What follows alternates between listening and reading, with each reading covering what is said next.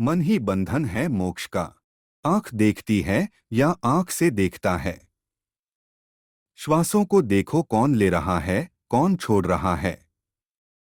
कान सुनता है या कान से सुनता है। नाक सूंघता है या नाक से सूंघता है। आंख, कान, नाक तो सब मुर्दे की भी होती हैं। देखने और सुनने वाला कहा गया, विचार करो। कौन सी सत्ता थी जो आंख के द्वारा देख रही थी? वो परमात्मा हमारे अंदर था, तभी हम चल रहे थे। वो नहीं तो कुछ भी नहीं है। मनुष्य की क्षमता का अंदाजा लगा पाना बड़ा मुश्किल है। कोई इंसान कितना ताकतवर हो सकता है, क्या क्या कर सकता है, यह हमारी कल्पना से बाहर है। ईश्वर ने मनुष्य को गजब की संभावना देकर धरती पर भेजा है। आज हम जितने अजूबे देख रहे हैं, चाहे विज्ञान के हों या मनुष्य ने स्वयं निर्मित किए हों, विज्ञान हार नहीं मानता, अध्यात्म को जीतने में रुचि नहीं रहती। आध्यात्मिक व्यक्ति के लिए जीत का मतलब दूसरे को हराना नहीं, स्वयं को जीतना है। विज्ञान और अध्यात्म का अंतर तब समझ में आता है जब जीवन में योग उतरता है। ऐसे में योग समय का संतुलन सिखाता है। वर्तमान में जीना योग का परिणाम है। जिसे वर्तमान की पकड़ रहेगी, वक्त उसका गुलाम होगा। अपनी योग की क्रिया को किसी न किसी मंत्र से अवश्य जोड़ लें। हर आती जाती सांस से मंत्र को जोड़कर भीतर बाहर ले जाना एक सहज योग होगा। योग से जुड़ने का यह एक अच्छा तरीका है। दिन भर हमारा शरीर सक्रिय रहता है और मन के भागने का तो कोई हिसाब है ही नहीं। दानों साथ दौड़ रहे हैं तो एक दूसरे को कैसे देख सकेंगे? मन आज्ञाकारी बन सकता है। इसके लिए उसे बुरे चिंतन से बचाते रहना होगा। यदि आपकी निगरानी बढ़ गई तो उसे गलत करने के अवसर कम हो जाएंगे। मन बिगड़ैल बच्चा ही है। मन है तो बीमार, लेकिन अपने आप को स्वस्थ मानता है। यह बीमारी मन को प्रिय है। इसलिए मन की निगरानी के मौके चूकिए मत। मन एवं मनुष्याणा कारण बंध मोक्षोह, मन के कारण ही मनुष्य है, मन ही बंधन है मोक्ष का। जैसे एक ही चाबी से ताला बंद भी होता है एवं खुलता भी है, हम कर्म करने में तो स्वतंत्र हैं, लेकिन फल पाने में परतंत्र हैं। कारण अस्तित्व की सारी शक्तियां मिलकर हमें हमारे कर्मों के अनुसार फल देती हैं। किसी कर्म का फल कब मिलेगा, कितना मिलेगा, किस रूप में मिलेगा, इसका निर्णय तो अस्तित्व की शक्तियां करती हैं। इसलिए कर्म फल पाने में हम परतंत्र हैं। किसी चीज को आंखें देख रही हैं, लेकिन मन है तो समझो हमारी आंखें ठीक से देख नहीं रहीं। इसी प्रकार हम कुछ सुन रहे हैं, लेकिन सुनने वाली इंद्रिय के साथ मन है तो एक तरह से सुनकर भी हमारे लिए अनसुना ही है। अतः प्रत्येक इंद्रिय के काम के समय उसके साथ मन न होना आवश्यक है, वरना इंद्रिय का कार्य भी अधूरा ही रहेगा। मनोवैज्ञानिक यह मानते हैं कि बीमारियों का कारण शरीर से ज्यादा मानसिक होता है। उनका मानना है कि क्रोध, घृणा, वासना, बदले की भावना आदि के कारण रक्त में एकत्र होने वाले विष के कारण ही बीमारियां होती हैं। यदि भय, विशाल या अन्य कोई नकारात्मक भावना है तो नाड़ियों के माध्यम से उसका प्रभाव तन की प्रत्येक कोशिका पर पड़ता है। कोशिकाएं कमजोर हो जाती हैं एवं उनकी कार्यक्षमता घट जाती है। बहुत कम लोग इस बात को समझते हैं कि घृणा, ईर्ष्या, क्रोध, अधैर्य जैसे अवगुण दूसरों की बजाय स्वयं के लिए अधिक हानिकारक हैं। क्रोध के 10 मिनट के दौर में खर्च होने वाली ऊर्जा 2 दिन के भोजन से उत्पन्न होने वाली ऊर्जा के बराबर नष्ट हो जाती है। क्रोध के समय हमारा मस्तिष्क 12 गुना ज्यादा गर्म हो जाता है। मन आखिर है क्या? यह एक रहस्यमयी सूक्ष्म शक्ति है। यह आत्मशक्ति की ही अभिव्यक्ति है। यह वासनाओं, विचारों एवं कल्पनाओं का समूह है। शरीर के साथ देह बातें जुड़ी हैं, मन और आत्मा, इसलिए चिकित्सा विज्ञान के साथ साथ अध्यात्म से जुड़ना भी जरूरी है। इसके लिए अध्यात्म योग बहुत आवश्यक है। ऋषि पतंजलि ने योग के 8 चरण किए हैं: यम, नियम, आसन, प्राणायाम, प्रत्याहार, धारणा, ध्यान और समाधि। इसके 8 चरण हैं। विराट को पाने की इच्छा ही योग है। पहला चरण है यम। इसके 5 भाग हैं: अहिंसा, सत्य, अस्तेय, ब्रह्मचर्य और अपरिग्रह। अहिंसा का मतलब केवल शारीरिक आक्रमण नहीं है। मन में भी किसी के प्रति दुर्भावना न आए। सत्य का अर्थ है मन, वचन, कर्म में एक होना। अस्तेय यानी कैसी भी स्थिति में चोरी न करें, मानसिक रूप से भी। ब्रह्मचर्य का अर्थ है आत्मिक अनुशासन का जीवन, और अपरिग्रह को कहेंगे बहुत अधिक चीजों को इकट्ठा न करना। जब इन बातों का अभ्यास होने लगे तब समझिए योग की शुरुआत हुई। ऋषि उपमन्यु जी ने बताया था कि 5 प्रकार के योग हैं। पहला मंत्र योग, जप के माध्यम से मंत्र बोलने की मन की वृत्ति। दूसरा स्पर्श योग, मन की वह वृत्ति जब प्राणायाम को प्रधानता दे। तीसरा भाव योग, स्पर्श योग, जब मंत्र के स्पर्श से ही रहित हो जाए। चौथा अभाव योग, संपूर्ण विश्व का जो रूप है वह भी विलीन हो जाए। पांचवा महायोग, जब मन की वृत्ति शिव में हो जाए। दूसरा चरण है नियम। ये भी पारच प्रकार के हैं: शौच, संतोष, तप, जप, स्वाध्याय और ईश्वर प्रणिधान। जिन्हें योग करना है उन्हें अपने जीवन को नियम से जोड़ना चाहिए। नियम में शौच का मतलब होता है शुद्धि। केवल तन की शुद्धि से काम नहीं चलेगा, मन की शुद्धि भी उतनी ही आवश्यक है। संतोष का मतलब धैर्य भी होगा। शांत रहने के लिए संतोषज्ञ की वृत्ति सहयोगी है। पुरुषार्थ पूरा करना है, लेकिन यदि संतोष की वृत्ति है तो पुरुषार्थ अपने परिणाम में अशांत नहीं करेगा। नियम का तीसरा भाग है तप। तप का मतलब अनुशासित परिश्रम। परिश्रम नशा न बन जाए। वासनाओं से मुक्त परिश्रम तप कहलाएगा।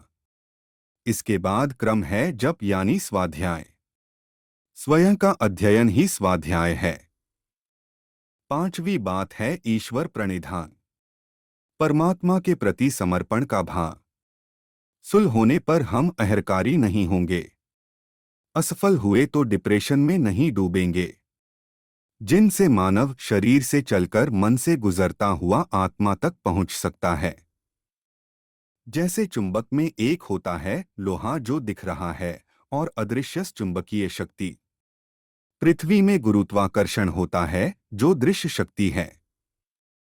ऐसे ही 8 चरण योग का शरीर है जो दिख रहा है, परंतु इसमें योग अदृश्य शक्ति है। वही हमको जीवन का दूसरा पहलू दिखाएगी जो आध्यात्मिक है। तीसरा चरण है आसन। कई प्रकार के आसन हैं। शरीर और रोग निवारण की आवश्यकतानुसार किसी योग्य गुरु से सीखे जाने चाहिए, किंतु इसे केवल फिजिकल एक्सरसाइज न समझें। मनुष्य की 10 इंद्रियां अपने अपने विषय से संबंधित रहती हैं। आंख का विषय है दृश्य। अगर केवल देखा जाए तब तक कोई खतरा नहीं है, लेकिन जैसे ही आंख उस देखे हुए को भीतर उतार लेती है, यही स्मृतियां बनकर मन तक पहुंच जाती हैं और विषय घातक हो जाते हैं।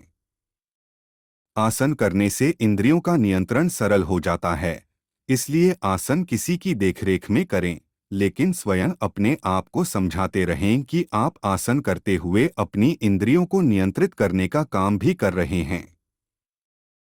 चौथा चरण है प्राणायाम।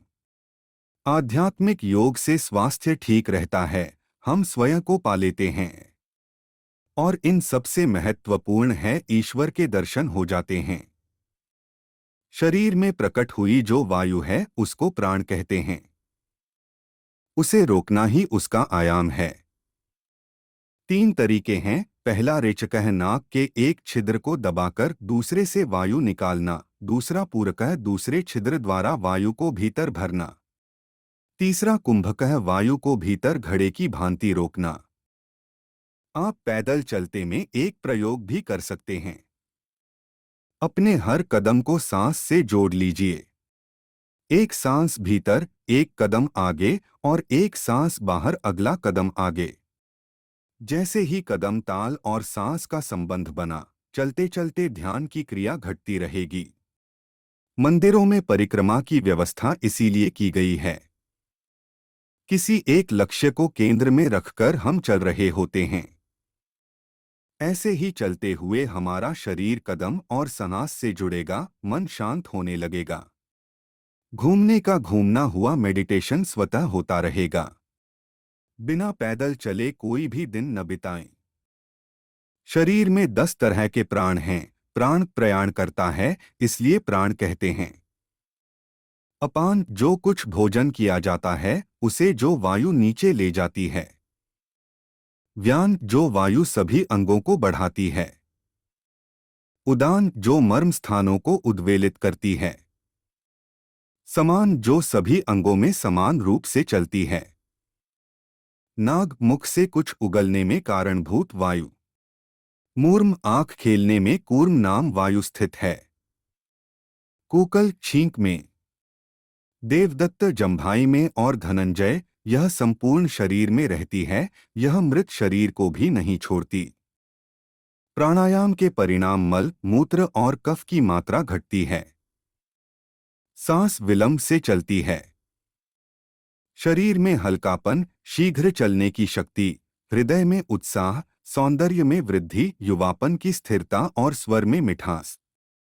यहाँ तक कहा गया है कि तप, प्रायश्चित, यज्ञ, दान और व्रत आदि जितने भी साधन हैं, ये प्राणायाम की 16वीं कला के बराबर भी नहीं हैं। 5वां चरण है प्रत्याहार। हमारी इंद्रियों को अपनी आसक्ति से हटाकर भीतर केंद्रित करना, यानी इंद्रिय को नियंत्रित करना है। 5 कर्म इंद्रिया, हाथ, पैर, मल, मूत्र की 2 इंद्रियों व कंठ और 5 ज्ञान इंद्रिया, आँख, नाक, कान, त्वचा और जीभ है। रूप, गंध, शब्द, स्पर्श और रस इनके विषय हैं।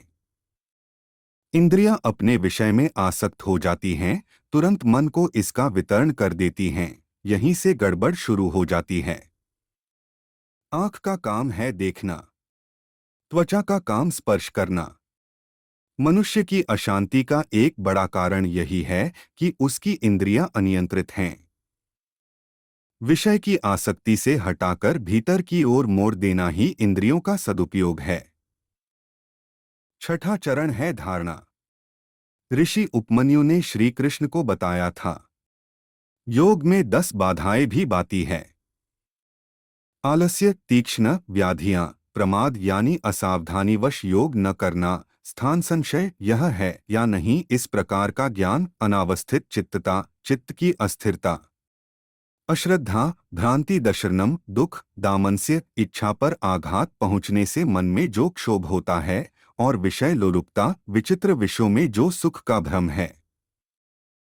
आध्यात्मिक योग से 6 सिद्धियां भी मिलती हैं। पहली, प्रतिभा, सूक्ष्म पदार्थ हो, छिपा हुआ हो, भूतकाल में रहा हो, दूर हो, भविष्य में होने वाला हो, उसका ठीक ठाक ज्ञान। दूसरी, श्रवण, सुनने का प्रयत्न न करने पर भी सुनाई देना। तीसरी, वार्ता, समस्त देहधारियों की बातों को समझ लेना। चौथी, दर्शन, दिव्य पदार्थों का बिना किसी प्रयत्न के दिखाई देना। 5वीं, आस्वाद, दिव्य रसों का स्वाद प्राप्त होना। 6ठी, वेदना, आंतःकरण के द्वारा दिव्य स्पर्शों का तथा बाहर की दुनिया की गंध का अनुभव वेदना कहलाता है। योग का 6ठा चरण है धारणा। अपने चित्त को किसी स्थान विशेष में बांधना, किसी पवित्र लक्ष्य से जोड़ना। यदि हम विद्यार्थी हैं तो शिक्षा हमारा लक्ष्य है। व्यवसाय कर रहे हैं तो सफलता प्राप्त करना हमारा ध्येय है। कहीं सेवा दे रहे हैं तो कर्तव्य निष्ठा हमारा ध्येय होगा। इसी को योग में धारणा कहा है। यदि हमारी धारणा कमजोर है या स्पष्ट नहीं है तो हमें योग मार्ग में आने वाली बाधाएं परेशान करेंगी ही। 7वां चरण है ध्यान।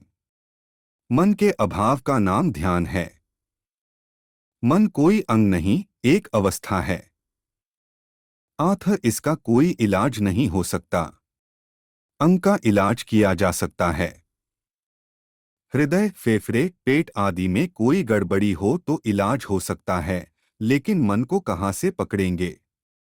स्मृतियां और विचार इकट्ठे हो जाएं तो मन बन जाता है। विचार शून्य सांस लेने की कला आ जाए तो ध्यान घटना आसान है। ध्यान में उतरें तो परिणाम में शांति मिलना ही है। यह समझ लें कि क्रिया ही ध्यान है, परिणाम के चक्कर में न पड़ें।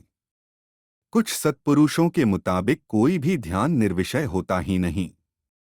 बुद्धि की ही कोई प्रवाहरूपी संतति ध्यान कहलाती है। नास्ति ध्यान समर तीर्थ नास्ति धन समतपः। नास्ति ध्यानरूपो यज्ञस्तस्मात् ध्यान समाचरेत। ध्यान के समान कोई तीर्थ नहीं, कोई तप नहीं, कोई यज्ञ नहीं, इसलिए ध्यान अवश्य करें। ध्यान के 4 प्रमुख परिणाम हैं।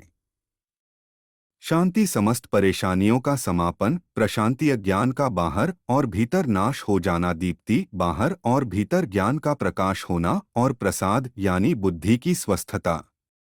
उसी प्रकार परमात्मा को अंतःकरण में ध्यान लगाने वाले भक्त ही अधिक प्रिय हैं, बाह्य उपचारों का आश्रय लेने वाले कर्मकांडी नहीं। 8वां चरण है समाधि। यहाँ अपने आप को पा लेना ही सफलता है। संसार में जो जितनी ऊंचाई पर है वह उतना ही सफल है। अध्यात्म कहता है जो जितना गहराई में है वह उतना सफल है। इसका अर्थ है पूरी तरह से अपने में ठहर जाना। अपने भीतर ठहरने के लिए भीतर के 7 शरीरों में विचरण करना होगा। इन्हें 7 चक्र भी कहा गया है। मेरुदंड के ठीक नीचे मलमूत्र की इंद्रियों के ऊपर पहला चक्र है मूलाधार, जो हमारा भौतिक शरीर है। जीवन ऊर्जा यहीं पड़ी है। अब हम इस जीवन ऊर्जा के साथ ऊपर उठेंगे। दूसरा चक्र है स्वाधिष्ठान, नाभि के नीचे। यहाँ हमारा भाव शरीर है। तीसरा चक्र है मणिपुर, नाभि में। यह सूक्ष्म शरीर है। यहाँ जीवन ऊर्जा के साथ टिकेंगे तो अपने आप आचरण पवित्र होने लगेगा। पेड़ से सूखे पत्तों की तरह हमारे दुर्गुण स्वतः छिगटक जाएंगे। चौथे क्रम पर आता है अनाहत चक्र। यह हमारा मनस शरीर है। यहाँ आत्मा का स्पर्श मिलेगा। यहाँ प्रेम से लबालब होंगे, क्योंकि अगले चरण में परमात्मा की थोड़ी थोड़ी झलक मिलने वाली है। फिर कंठ में विशुद्ध चक्र। इसे आध्यात्मिक शरीर कहा है। महेश योगी इसे परमात्मा का द्वार कहते थे। जय कृष्णमूर्ति इसे चरम बताते रहे। योग के सबसे बड़े वैज्ञानिक और पतंजलि ऋषि ने इसे पूरी तरह से समाधि कहा है। दोनों भौहों के बीच में 6वां आज्ञा चक्र है। इसके बाद 7वां चक्र सहस्त्रार है। इनकी कोई व्याख्या नहीं हो सकती। यह पूरी तरह से अनुभूति का क्षेत्र है। समाधि का मतलब ही यह है कि हम ही जानते हैं हमें क्या मिला। 8 चरण की इस समझ के बाद जब योग में उतरा जाएगा, तब पता लगेगा दुनिया का सबसे बड़ा सुख क्यों हमसे दूर था। दुनिया जितनी तेजी से घूम रही है, हम उतने ही दृढ़ हैं। कील हिल गई तो चक्र की गति प्रभावित होगी ही। अपने आंतरिक व्यक्तित्व को कील की तरह मजबूत रखने के लिए हमें अपने ही केंद्र पर जाना पड़ेगा, और जिसका अपना केंद्र मजबूत है वह बाहर से कहीं भी कभी भी टूटेगा नहीं, दुखी नहीं होगा। इस केंद्र पर जाने के लिए योग के जो 8 चरण हैं वो 8 सीढ़ियों की तरह हैं, इसलिए कुछ समय योग के साथ जरूर बिताया जाए।